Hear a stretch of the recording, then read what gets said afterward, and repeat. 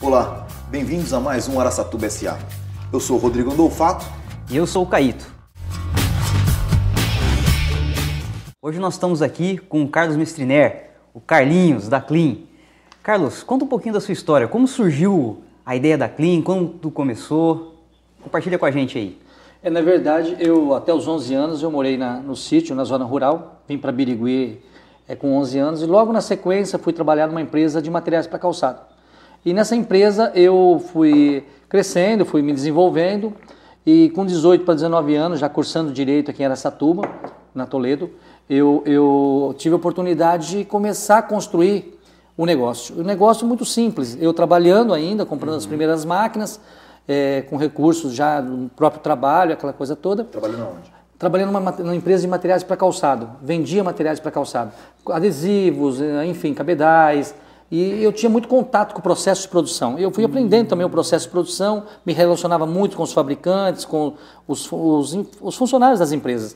E isso me deu assim, um know-how, um certo conhecimento. De quem era essa empresa que você trabalhava? Era José Francisco de Castro Reis. Não era da sua família? Não. Eu trabalhei 8 anos, carteira assinada, enfim. Naquela época, na verdade, carteira assinada por pouco tempo, né? Porque carteira assinada não existia muito naquela época.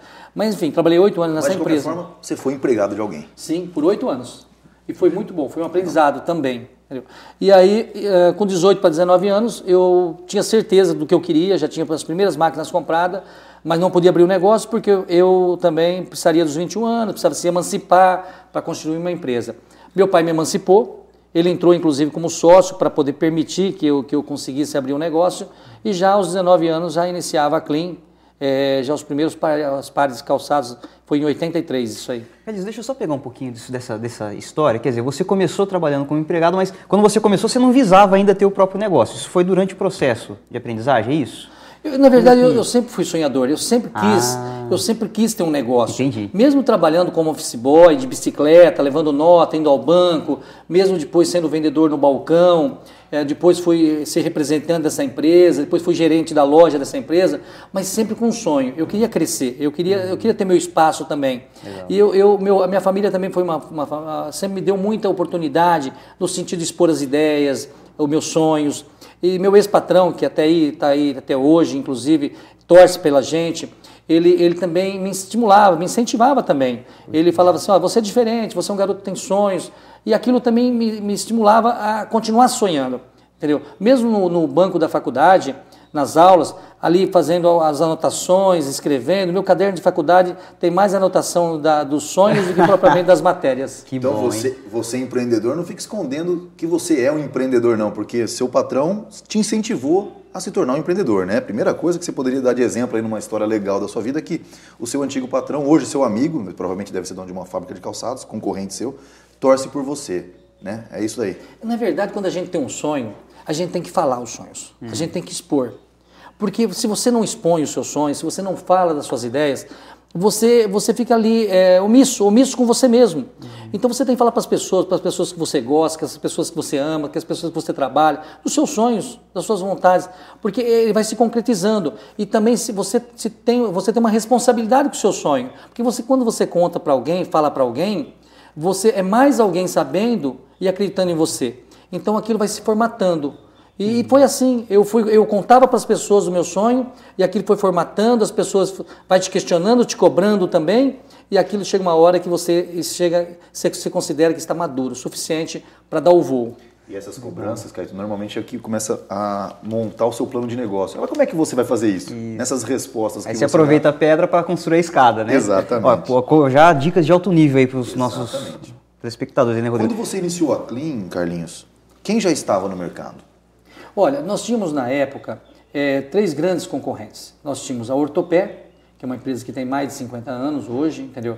Nós tínhamos a Pop, que era uma empresa... A Ortopé fica fora de Birigui. A Ortopé, ela está em Parobé, Rio Grande do Sul. Essa empresa, ela teve uma trajetória fantástica, depois teve dificuldades mercadológica e ela chegou a desaparecer do mercado e foi comprada a marca recentemente por um grupo grande e voltou para o mercado.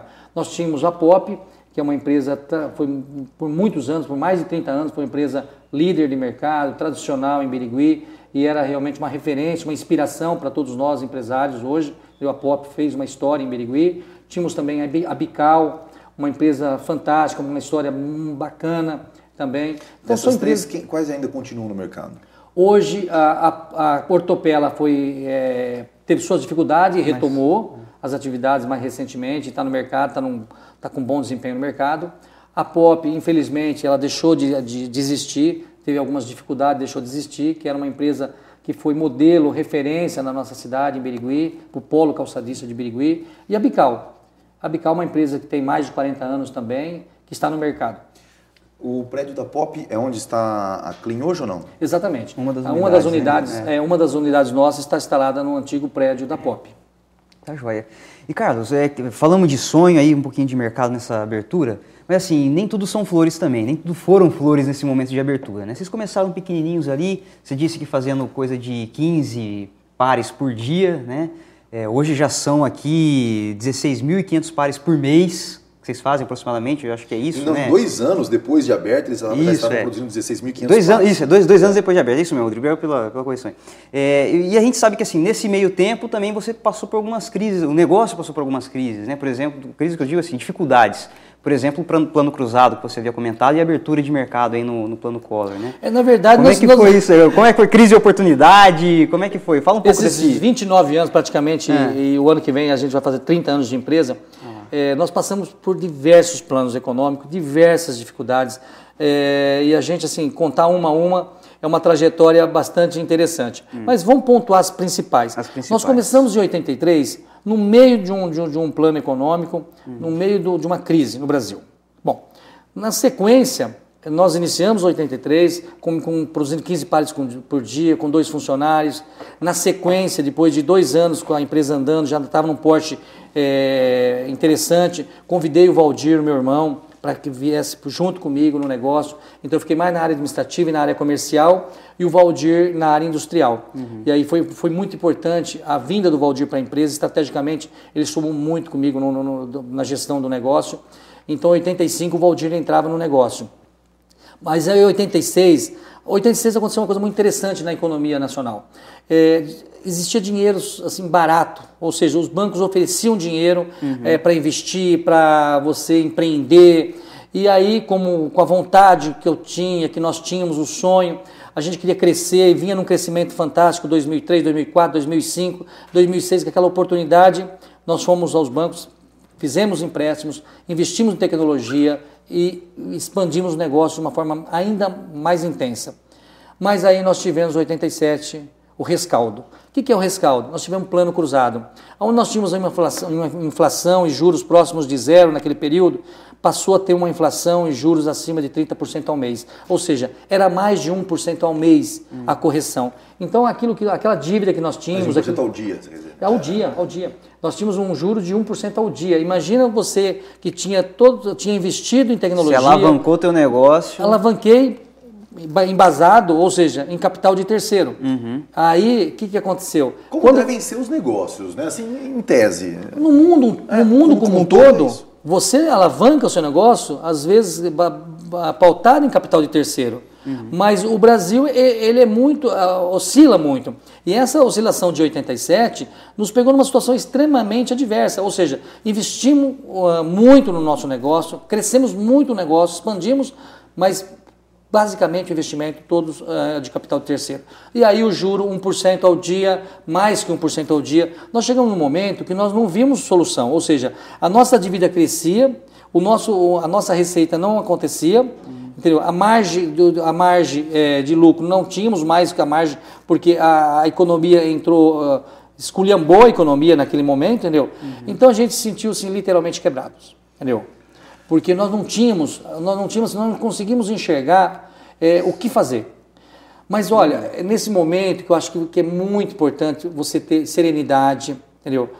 Ter um ambiente para você fazer gestão, pensar. Porque se nós olhássemos apenas números, nós tínhamos que fechar o negócio. Carlinhos, mas vamos voltar nesse assunto no próximo bloco, porque é um assunto muito importante. Você falou sobre estar quebrado num dado momento, e o empreendedor tem que entender que os momentos da empresa servem para nos educar, né? Eu acho que mais do que tudo isso. E só para a gente terminar esse bloco, Você falou que foi alavancado por capital de terceiro. Nós vamos entrar de novo nessa questão aí das dificuldades, que eu acho que faz os outros empreendedores crescerem muito.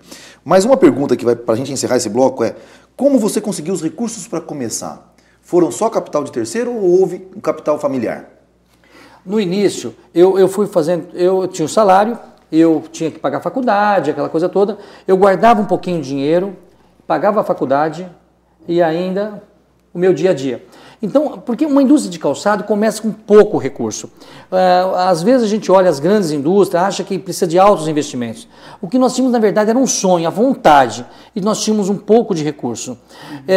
Quando eu iniciei, eu tinha todo o capital para iniciar, eu já tinha as máquinas compradas, enfim. Mas o meu pai, eu me recordo como se fosse hoje, meu pai me emprestou um dinheiro que representaria hoje, na linguagem aqui de Araçatuba, 20 bois. Entendeu? Que dá isso, eu não sou pecuarista, não sei quanto dá 20 bois. Daria mais ou menos aí em torno de 30 mil reais. Tá, 30 mil reais. O capital social para abrir o que hoje é a Clean foi 30 mil reais. Esse foi o capital de giro, na verdade, porque para comprar os equipamentos, eu tinha um recurso, já tinha comprado. Eu precisava do capital de giro. Então meu pai emprestou esse valor, que na sequência nós devolvemos para ele também. Mas esse apoio dele foi importante também. Primeiro, não só pelo dinheiro, porque o dinheiro é importante sim, mas é o acreditar, é o apostar no filho, apostar também na família. Isso é muito bacana. Esse ambiente familiar de apostar, de acreditar no sonho, eu acho que é importante, isso ajuda, contribui. Os 20 bois foram um detalhe. Sim, mas os 30 mil reais, mais aquilo que você, em dinheiro de hoje, quanto você tinha juntado?